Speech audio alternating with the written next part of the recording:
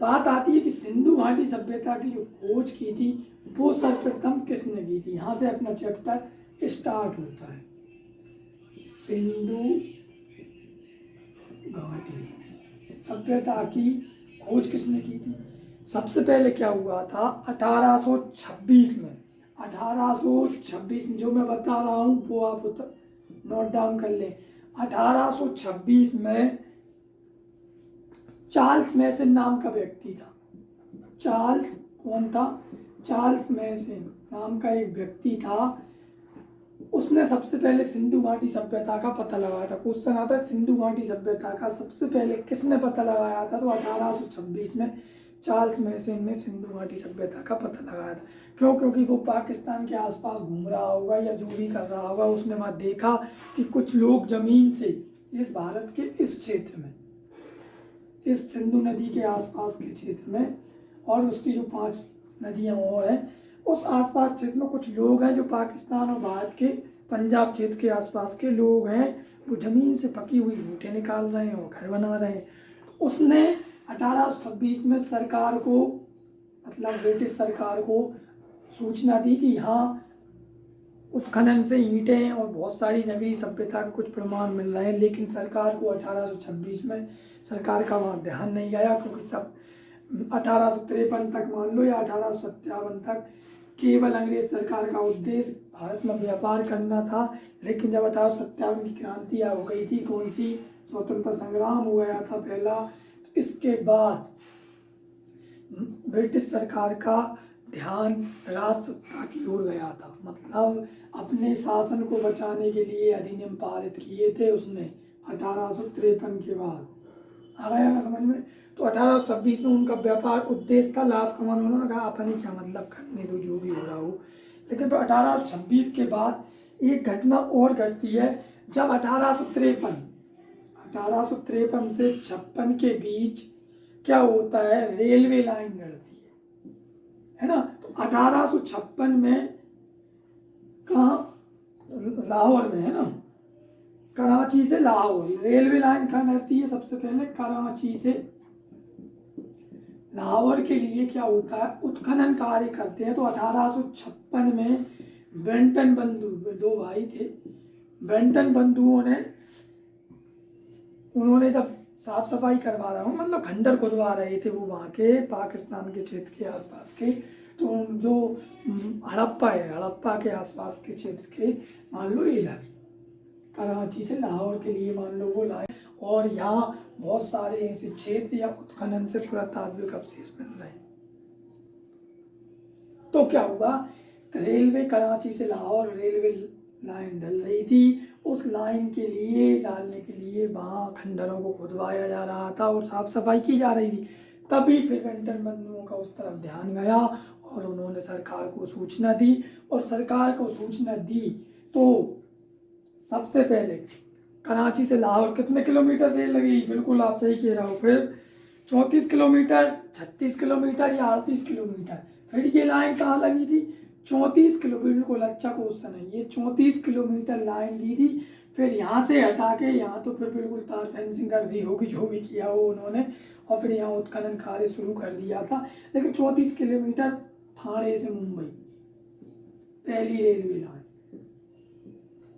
है ना, ये याद रखना। इसी लाइन के चक्कर में हमें सिंधु घाटी सभ्यता मिल गई कि हमारे पास भी एक बहुत विकसित सभ्यता थी, जो विश्व की समस्त नगरीय सभ्यताओं में सबसे ऊपर और सबसे विकसित सुसज्जित नगरीय सभ्यता थी, है ना। बिल्कुल सही। अरे बेफिक्र हो, समझ ना आए तो आप पूछ लेना।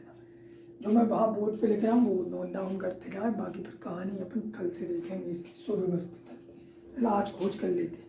तो क्या हुआ, 1856 में जब सूचना दी तो 1856 में कौन थे, अलेक्जेंडर कनिंघम के निर्देशन में क्या हुआ, मतलब 1856 में अलेक्जेंडर कनिंघम को सिंधु घाटी सभ्यता का सर्वेक्षण का कार्य दिया गया। उनसे कहा गया अलेक्जेंडर कनिंघम से कि आप सर्वेक्षण करिए वास्तव में यहाँ कुछ है कि नहीं है। तो फिर सर्वेक्षण के तहत 1856 में अलेक्जेंडर कनिंघम ने सबसे पहले वहाँ की प्रतिक्रिया की, प्रतिक्रिया दी। प्रतिक्रिया तात्पर्य ये है कि है ना, सर्वेक्षण के लिए क्या किया गया था, उसे बनाया गया, उसे ये काम सौंपा कि सिंधु घाटी सभ्यता की आप खोज कर रहे हो, अपन जो चेक कर रहे हैं, खोज रहे हैं, क्या मिला है वास्तव में, आप इसका सर्वेक्षण कर लीजिए। फिर इसके बाद 1861 में ही क्या हुआ, 18 डेट याद रखना, 1861 में ही अलेक्जेंडर कनिंघम के निर्देशन में क्या बनाया गया, क्या बनाया गया था, भारतीय,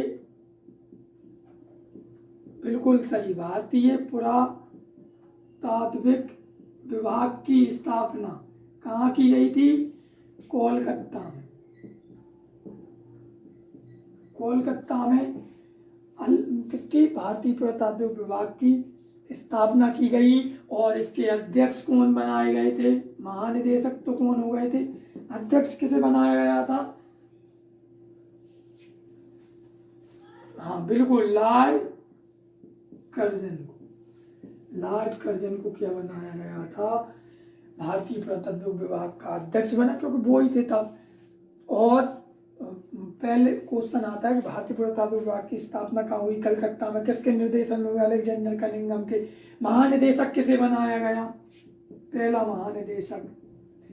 महानिदेशक भी अलेक्जेंडर कनिंघम को बनाया गया था। इस तरह खोज हुई 1904 में अलेक्जेंडर कनिंघम की अध्यक्षता में पुरातात्विक विभाग की स्थापना हुई। पुरातात्विक विभाग का मतलब यह है कि वो ही सर्वेक्षण के तहत सर्वेक्षण करता है और उत्खनन आदि के कार्य इसी विभाग के तहत किए जाते हैं सरकार के आदेश पर, है ना। जो पीएचडी करते हैं, जैसे हिस्ट्री से पीएचडी कर ली, है ना। देखो भारत की खोज करने लगे 1498 क्या हम पहले आए, मतलब हमें ही अंग्रेजों ने खोजा, ठीक है वो तो, है ना। अब बात आ रही है कि 1904 में मार्शल को क्या बनाया गया, मार्शल को महानिदेशक बनाया गया, किसका, भारतीय पुरातात्विक विभाग का।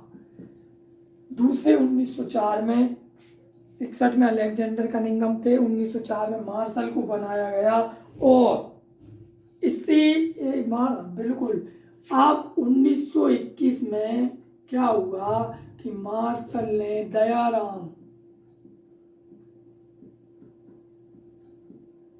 साहनी के साथ क्या हुआ, मुल्तान का क्षेत्र था, क्या था, मुल्तान के क्षेत्र में, और नदी कौन सी थी, रावी नदी के तट पर किसकी खोज की गई,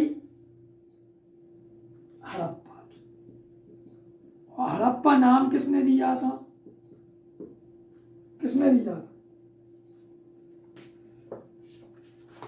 किसने दिया था, मार्शल ने, याद रखना किसने दिया था, मार्शल ने हड़प्पा नाम दिया था, किसे, सिंधु घाटी सभ्यता को। नोट डाउन कर लेना, यही क्वेश्चन आते हैं फैक्चुअल में, बिल्कुल बेरा रख रहा हूँ, है ना। कर लिया, करते ही चल रहे होंगे, पूछ लेना और मैं तुरंत मिटाता हूँ क्योंकि ताकि आपको अलर्ट रहो। चलिए अब बात आती है कि भैया 1921 में क्या हुआ, हड़प्पा की खोज हो गई। फिर 1922 में क्या हुआ, 1922 में मार्शल ने ही राखलदास, कौन थे, राखलदास बनर्जी के साथ मिलकर 1922 में राखलदास बनर्जी के साथ मिलकर सिंधु नदी के तट पाकिस्तान के क्षेत्र में, कौन सा क्षेत्र था, पाकिस्तान का जिला जो था वो लड़काना जिला, नोट डाउन कर ले, सिंधु नदी के तट पर, ये दो क्वेश्चन बहुत आते हैं, सिंधु नदी के तट पर एक व्यवसायिक राजधानी भी जिसे कहते हैं, किसकी खोज की गई थी, राखलदास बनर्जी ने मार्शल के साथ मिलकर किस क्षेत्र की खोज की गई थी, कौन सा नगर था वो सिंधु नदी का? वो नगर था मोहनजोदड़ो, है ना। तो ये 1921 में किसने की? इसके दयाराम साहनी ने। किसकी कर दी? हड़प्पा सभ्यता की। हड़प्पा एक नगर था, उसी को नाम दे दिया। अब क्या हुआ, जब पूरी तरह से वास्तव में उन्हें पता चल गया कि भारत के उत्तर पश्चिमी क्षेत्र में ये सिंधु नदी, इस क्षेत्र में, ये पाकिस्तान का मान लो ये क्षेत्र है, इस क्षेत्र में कहो ना कहो एक बहुत विकसित सभ्यता की खोज हो रही थी। तो मार्शल के साथ मिलकर भारतीय पुरातत्व विभाग की स्थापना का वो द्वितीय महानिदेशक था, और उसी ने दयाराम साहनी और राखलदास बनर्जी के साथ मिलकर सिंधु घाटी सभ्यता के दो महान या बहुत बड़े, बहुत विकसित नगर की खोज की। और सन 1924 में क्या कर दी? विधिवत रूप से सार्वभौमिक घोषणा कर दी कि भैया भारत एक ऐसा हिंदुस्तान जो देश है, भारतीय उपमहाद्वीप में भी एक बहुत पुरानी नगरीय सभ्यता मौजूद है, और इस सभ्यता का उत्खनन कार्य तब से चालू हो गया और अभी तक कुछ ना कुछ खोज होती रहती है। और सिंधु नदी का जो विस्तार है, सिंधु घाटी सभ्यता का जो विस्तार है, कब घोषणा की? बिल्कुल हाँ, 1924 में। मतलब उसने ये बता दिया था, अखबार न्यूज़पेपर जो भी हो, कि भैया भारत में भी एक मेसोपोटामिया, मिस्र की, चीन की, इसके समकालीन बहुत पुरानी सभ्यता मानी है। तो इसका जो विस्तार था, इसका नाम सिंधु दिया, सरस्वती दिया, और क्या दिया? ताम्रकांस युगीन सभ्यता। और हड़प्पा किसने दिया था? मार्शल ने दिया था, है ना।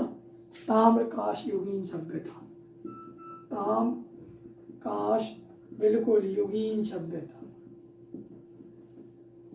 सरस्वती, क्योंकि सरस्वती नदी थी, सरस्वती सिंधु नदी थी, सरस्वती थी और गंगा थी, है ना।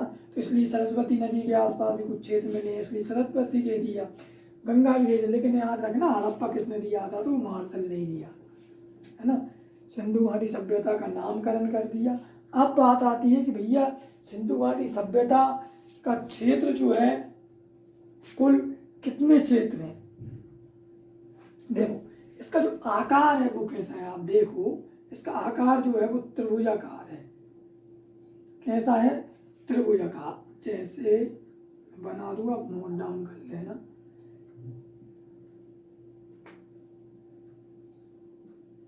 बिल्कुल, है ना। तो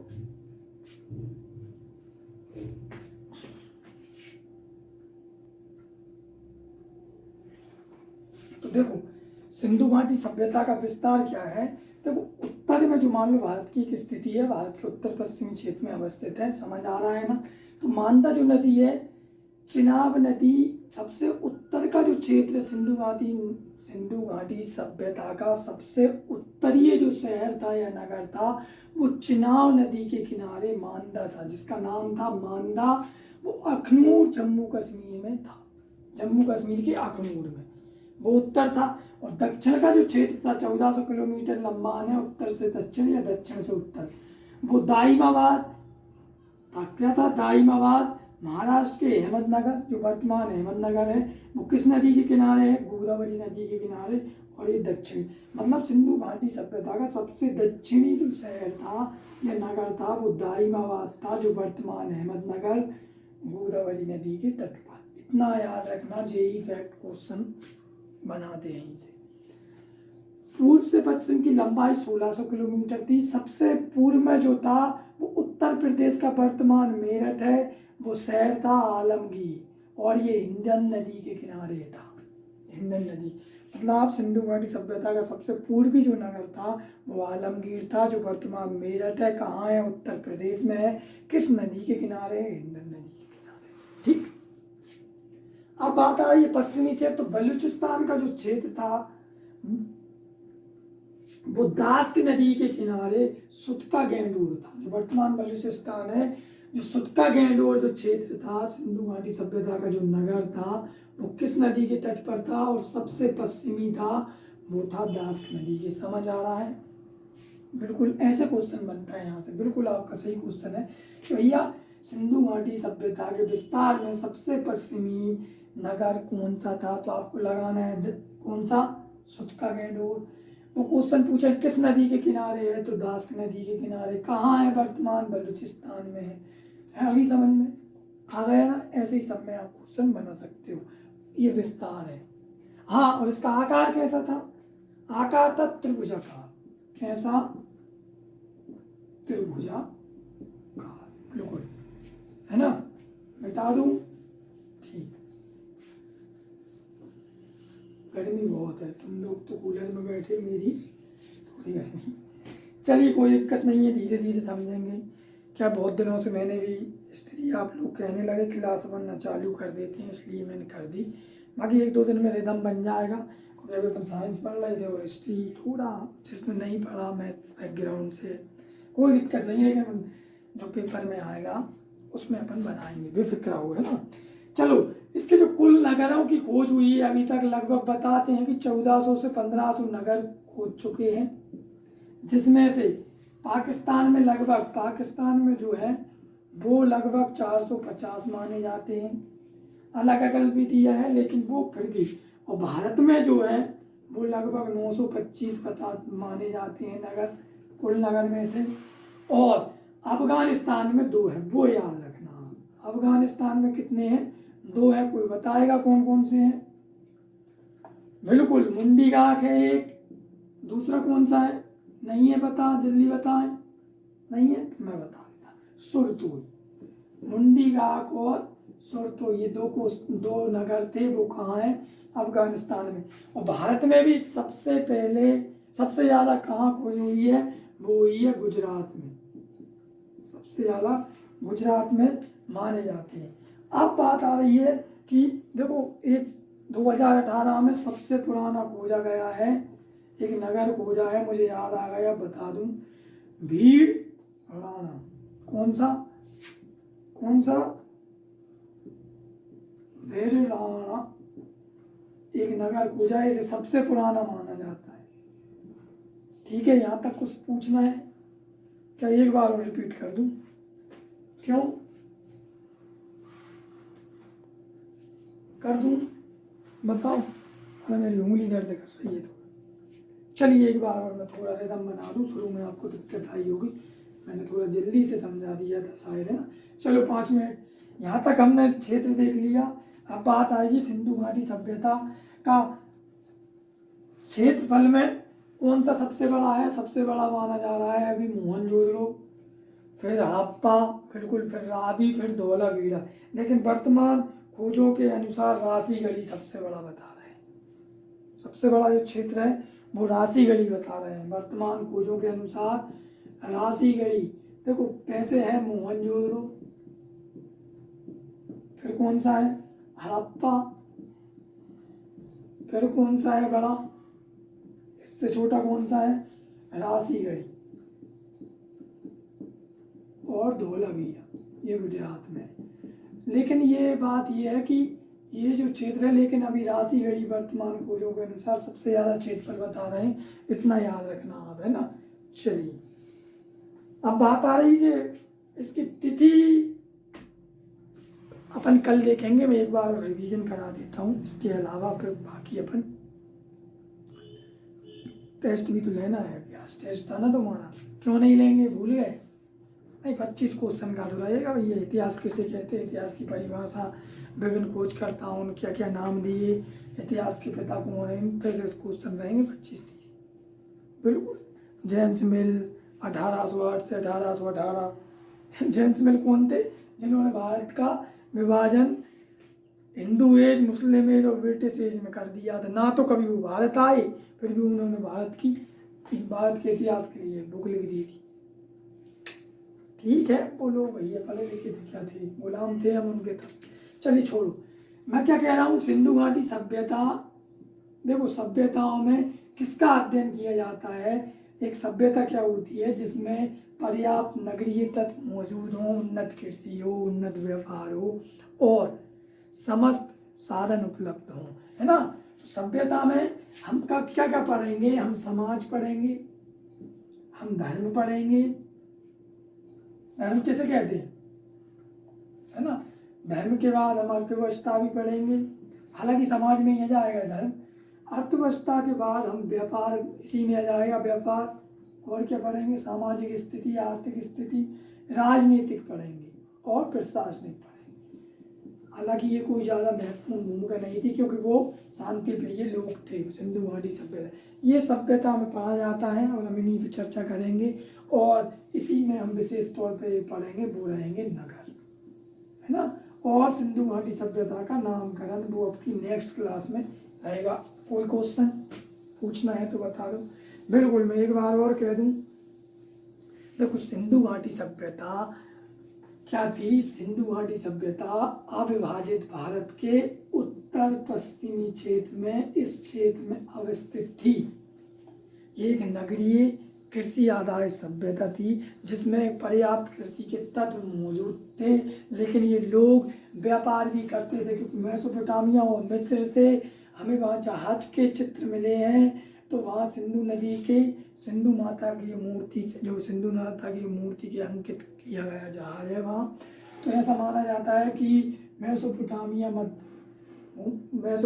और मिस्र तक हम यहाँ के लोग, भारतीय उपमहाद्वीप की सिंधु घाटी सभ्यता के लोग वहाँ व्यापार करने जाते होंगे। लेकिन ये क्या थी? व्यापार पे आधारित थी। और व्यापार भी वहाँ कैसा होता था? आंतरिक और बाहरी, है ना? कच्चा माल लाते होंगे, ले जाते होंगे, सॉरी, और पका हुआ माल वहाँ से लाते होंगे, हाथी दांत वगैरह लेके जाते होंगे, उसे सोना चांदी वगैरह लाते होंगे। तो इसलिए एक नगरीय आधारित सभ्यता थी। हाँ, यहाँ के लोग बहुत पढ़े लिखे सभ्य लोग थे और ये शांति प्रिय लोग थे, क्योंकि इतने हथियार या कुछ तलवारें वगैरह नहीं मिली, थोड़े बहुत हथियार मिले हैं। लेकिन बिल्कुल लड़ाकू जनजाति कौन आ गई थी? सिंधु घाटी सभ्यता के पतन के बाद आर्य जो आए थे, आर्य मीन्स हमें मध्य एशिया से होते हुए लोग थे, आर्य घुमंतु जनजातीय लोग थे, है ना? ठीक है, बाकी अपना टेस्ट रहेगा, फिर इस क्लास को आगे बढ़ाएंगे, है ना? चलिए, तैयार हो टेस्ट के लिए? बिल्कुल।